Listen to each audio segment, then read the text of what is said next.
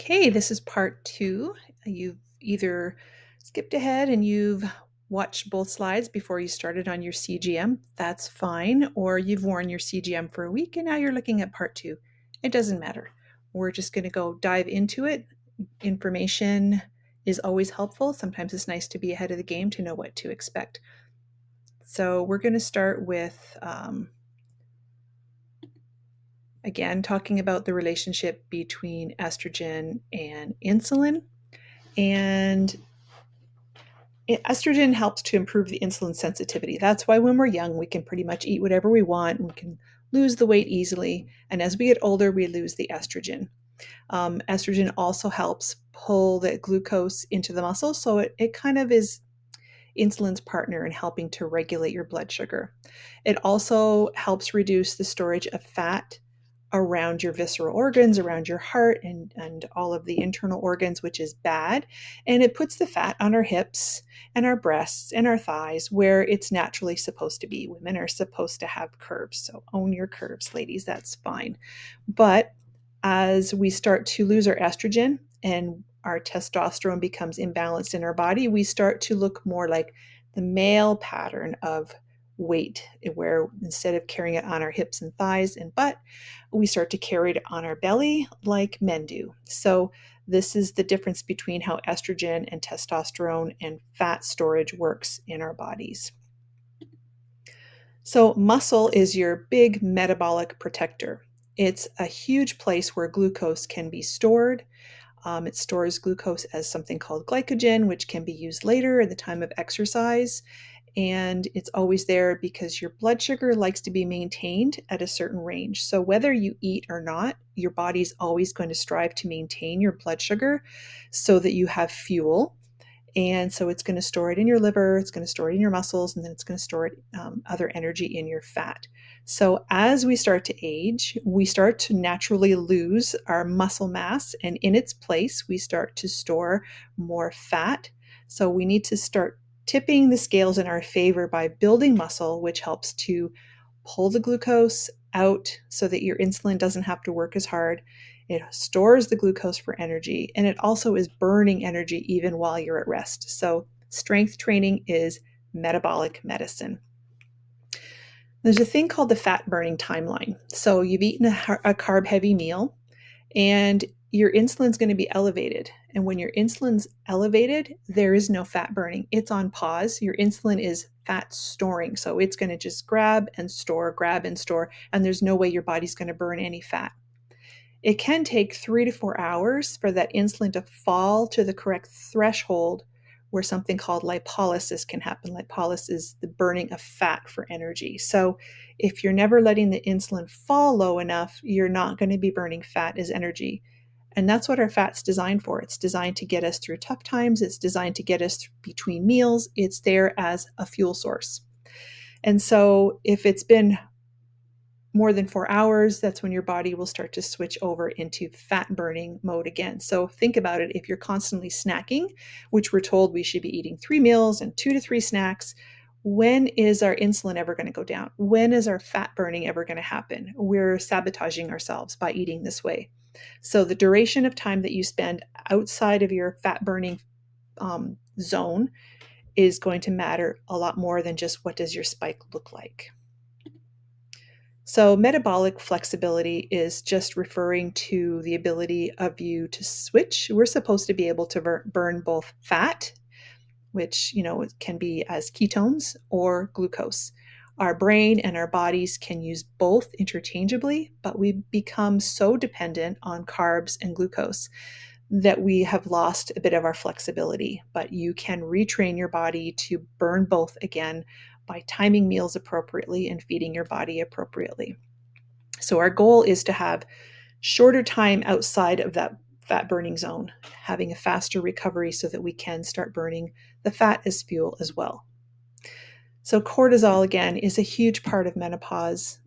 It amplifies so many things. It starts to rise when your estrogen declines. It helps to raise your glucose when you don't have any food. So it's a survival thing. Cortisol is not bad. Cortisol helps us survive. But it can increase abdominal fat storage. There are so many more receptors for cortisol in the abdominal fat area that it will just light up and pull more fat to it. And it can worsen your insulin resistance. And the more stressed you are can affect your blood sugar sometimes more than the carb load that you've had. So always keep that in mind.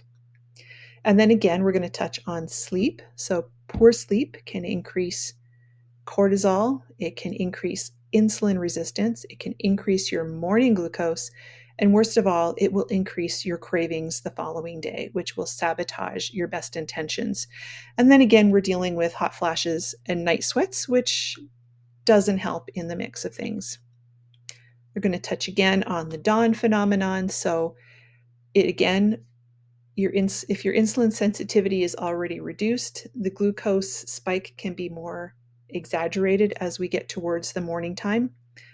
Keep in mind, it doesn't automatically mean diabetes. We look at patterns, not isolated numbers. So a high morning number does not necessarily mean you're pre-diabetic, so don't panic. That always needs correlation with other labs. So the labs that your doctor would look at are fasting glucose and hemoglobin A1C. Those are the two traditional gold standards. So fasting glucose is only capturing one moment in time at that finger stick or the blood draw. The hemoglobin A1C is taking a picture of what happened from this point to 3 months prior. And the reason is because your red blood cells are tested for, there's a glycation. So your red blood cells are exposed to the blood sugar, they're bathing in it. And so typically red blood cells last for up to 3 months. So that's what they're looking at, is a 3-month picture.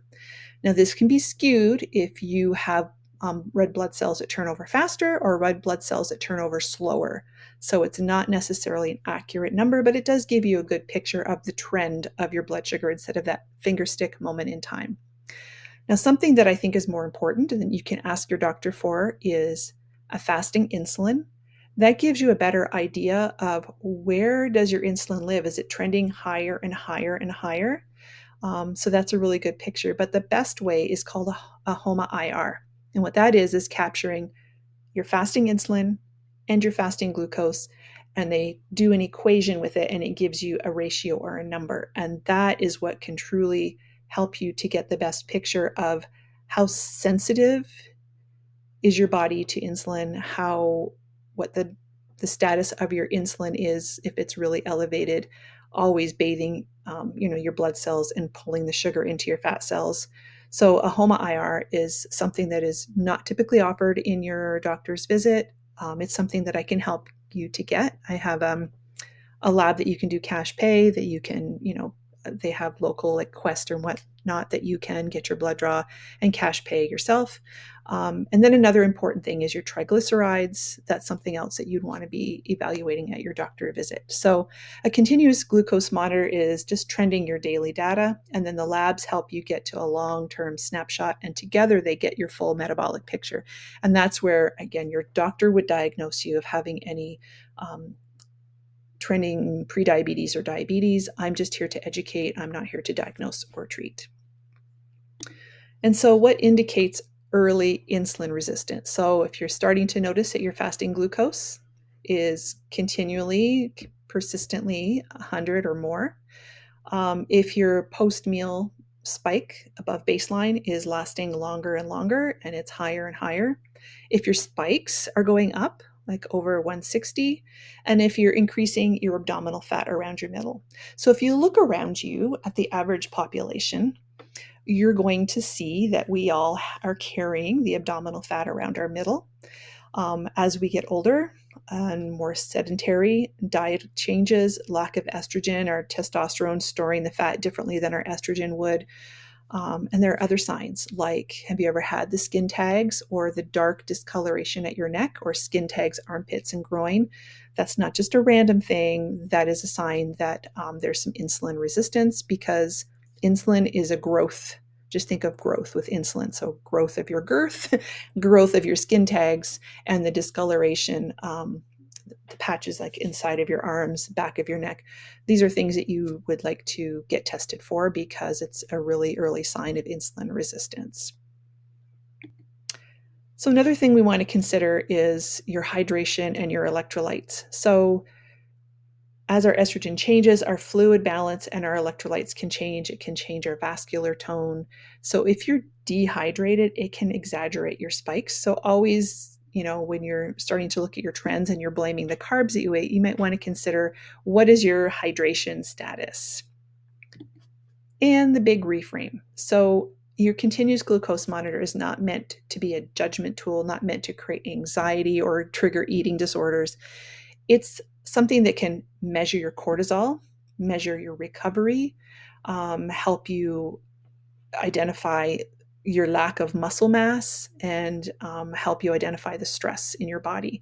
So when we interpret the ups and downs and the trends and the numbers of your continuous glucose monitor, again, it's not there to diagnose of an illness, it's to help you interpret so that you can become empowered and make the changes and find what works best for your body to keep you in the fat burning range for more periods of duration during the day. So that's what I want you to take from this is, don't panic. It's a tool. And it's something that I find very interesting, and I'm really enjoying using one myself. I'm going to create a video as well. You may have watched it first, but if you haven't, check it out before you get your continuous glucose monitor. I'm going to put it in the beginning and let you know that it's there, and it's on how to put one on. So it's really easy.